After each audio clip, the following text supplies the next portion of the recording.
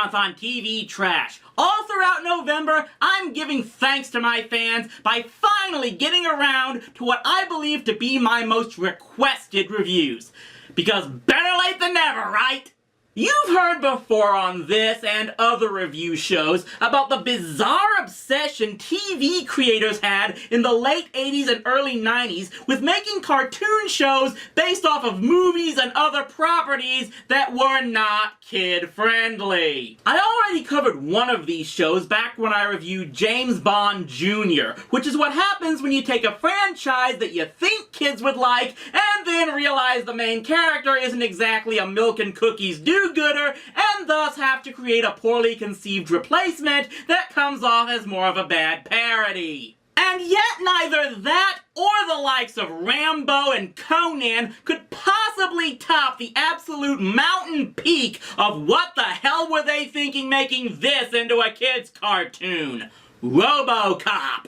Okay, admittedly, a story about a half-human, half-machine police officer superhero in theory would make for a good children's action program. But Paul Verhoeven's less-than-subtle satire on modern society at large from 1987 is not meant to be seen by young audiences at all. We're not just talking about an R-rated movie here. Verhoeven had to edit down the film nearly a dozen times before the MPAA agreed to not give the film an X rating. There's a reason there was such outrage when the 2014 reboot film was rated PG-13. And yet, rebooting the series more than 25 years later with a more youth-friendly tag still would look to make more sense than making a cartoon version 1 year after the first film aired. It was like Orion Pictures knew kids had snuck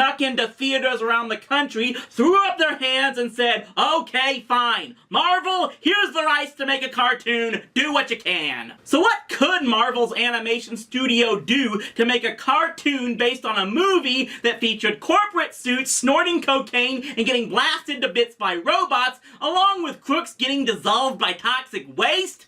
Let's find out as we look at the Robocop animated series. There are 6 of them, officer, and they have guns. Well, don't just stand there.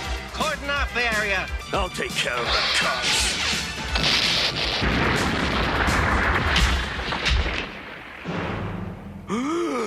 Put down your weapons. Wait, how the hell do these petty crooks have lasers? Because we can't have them shooting real bullets in a kid's cartoon. I mean, because it's the future and lasers are cool. So the first episode opens about as well as it could. Robocop, the former officer Alex Murphy, helps round up the bad guys, and we immediately start seeing things that would have fanboys of the original head to the forums to complain if Reddit existed back in 1988. For starters, in this show they elevated Roger Hedgecock, a minor character with very little screen time, into a major antagonist of the show, because Marvel had to create a version of Jonah Jameson for this series. And in most of the episodes, he has pretty much no purpose to the story at all. Trust me, I'll get to the one time he does. OCP never should have created that monstrosity. Oh yes, and Officer Ann Lewis is here as well, after having been left for dead at the end of the movie. I'd complain more about that, but we never actually saw her die in the movie, and I hear she was in the sequel films as well, so at least they're consistent on that. That's not to say there's a ton consistent with the original work in this thing. For example, there's the head of OCP, the company that outfits the police force and built Robocop, who seems to keep thinking that the cyborg is already obsolete or otherwise no longer useful. Yeah, that's gratitude toward the one who saved your crotchety old life! This makes him frequently susceptible to the ideas of Dr. McNamara, who looks like a rip-off of the one-shot villain Iron Hand from Get Smart, and is basically the de facto replacement for Dick Jones. The catch-22 of cartoons like this. You have to make the villain so obvious that a 6-year-old can see it, yet somehow the other characters are too dumb to figure it out. I have set up a simple demonstration of Ed 260's traffic control capabilities. Changing lanes without signaling is a violation. Jeez, and here we think stoplight cameras are a pain in the ass. Oh, and Bob Morton, the coke-snorting go-getter who saw the Robocop project as a way to usurp power and climb up the OCP corporate ladder, he's replaced by another bit character from the movie and Dr. Tyler, who pretty much here acts like an overprotective mother. Right to the point where she seems to not trust Lewis, like she thinks she's the girl who will lead her son down the wrong path. You couldn't possibly understand what we're trying to accomplish here. Oh, I understand, all right. You're trying to program every ounce of humanity out of him. How dare you? You priggish paramecium! I'm looking for the vandals. Mister, nobody looks for the vandals unless they mean business. I've heard that you gentlemen have some unusual abilities. I will pay you handsomely if you'll use those talents to go on a widespread crime spree. Why would anyone pay us to do that? I believe that if crime goes unchecked in old Detroit, Robocop will be discredited. So yeah, this plot of the first episode is basically the second part of the movie completely rehashed, just replacing the Boddicker gang with a bunch of punks that might get ridiculed by the biker mice from Mars, and a Bond villain if he went corporate. Robocop put a stop to the crime wave that has been plaguing the city. Thanks to the cybernetic super cop, old Detroit is safe once again. I think it might be a little premature to stop the Robocop project.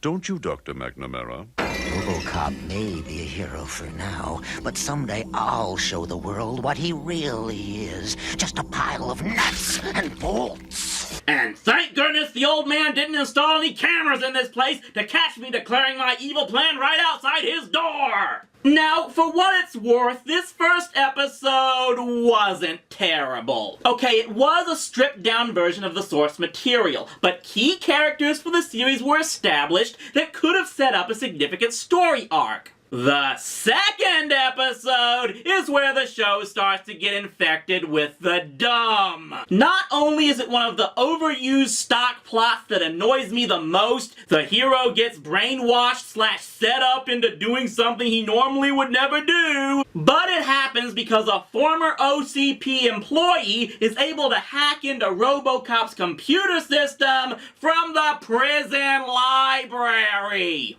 Because in the future, they will have robots that can take any job in society, but they don't know a damn thing about firewalls. Oh, and the episode also starts with Robocop on a date with Lewis, who gets pissy because he leaves to handle a crime in progress. Because it's not like his partner would understand that's what he's programmed to do or anything. You make Lois Lane look tolerant by comparison, Anne. The third episode has them battling some type of mad scientist experiment that gets loose in the city and gives Robocop a cold. This is why you shouldn't write episodes on a deadline after just watching the Monster Midnight movie of the week. After that, well, many of the episodes delve into predictable territory. The show pretty much becomes a future world version of Spider-Man, where many of the stories revolve around Hedgecock and others fearing Robocop and the other robots in the city who took their jobs! We, the Brotherhood, demand that Detroit scrap all its robots, starting with the most dangerous one of all, Robocop. They gave this series to Marvel, and the show ended up going in that direction. Who could have seen that coming? It's kind of a mixed message if you ask me, because it's never suggested that the world being run by robots is a bad thing in the end, even though ultimately the conflicts are usually resolved because Robocop still has some of the humanity of Officer Murphy in him, and that allows him to make decisions that total machines could not. The other robots, well, you can call me biased if you want, because I am actually afraid I'm gonna get run over by a self-driving car one day. But the antagonists kind of have a point in showing that those robots can be susceptible to reprogramming and thus be a major threat to civilization. It doesn't do your show a lot of good when Ted Lawson had more sense as to why he kept Vicky a secret for so long. This underlying plot element comes to a head in the episode where Hedgecock volunteers to use McNamara's beta version of the Gizmo Duck suit and challenges Robocop Robocop to a real-life game of Mortal Kombat to see who's superior. Because why would the police force and OCP want to try and get the two models to work together when they can instead pit them against one another like an extreme version of BattleBots? And the episode ends with Robocop tearing the suit apart when he thinks Hedgecock killed Lewis, only to find her still alive, but they can still get Hedgecock for attempted manslaughter since the whole thing was caught on tape. A tape that Dr. Tyler has destroyed because it shows that Robocop might actually have emotions that could get the best of him. Stupid! You're so stupid! And yet, for all the things that some might think spat on the original source, they saved the biggest for last. Tenacious double, aren't you? Say bye-bye. Yep, the last episode, for some reason they made 12 eps instead of the standard 13, brought back Clarence Boddicker and his gang for no explained reason, going so far as to include flashbacks of them gunning down Murphy, repeating the dialogue from the movie, but naturally not the part the kiddies wanted to see. I was outmaneuvered and outgunned. My previous life was over. Forever. Didn't you blow him to hell the last time you met? I'm guessing he threatened to shove his foot up Satan's ass if he didn't give him his life back. No! Please! Fun's over. Murphy, don't! Murphy, you are a cop. No matter what he's done to you, don't let him make you a murderer. Oh, Murphy, I'm so proud of you. I was so afraid that... Officer Lewis, I am programmed to enforce the law by legal means. I was perfectly in control the entire time. And we need to keep him alive in case of a second season. A season that I get the feeling will never come. And that's the Robocop animated series. It's pretty much what you should have expected. It's a minimized adaptation that really doesn't connect completely with the extreme gore fest that it was based off of, and turned into an action cartoon that relies on plot elements that have been used before in numerous cartoons and comic books of the past. It's not terrible, to be honest. With the exception of one or two stupid episodes, it actually looks like a show that could have worked had it not been in the shadow of its predecessor and what the film's original intention was. And yes, I am aware there was a second animated series made later called Robocop Alpha Commando. Maybe I'll look into that one day. Maybe it doesn't infuriate me like it would some because it took me several years to finally get around to watching the movie. Heck, I haven't even seen the sequels yet. Are they any good?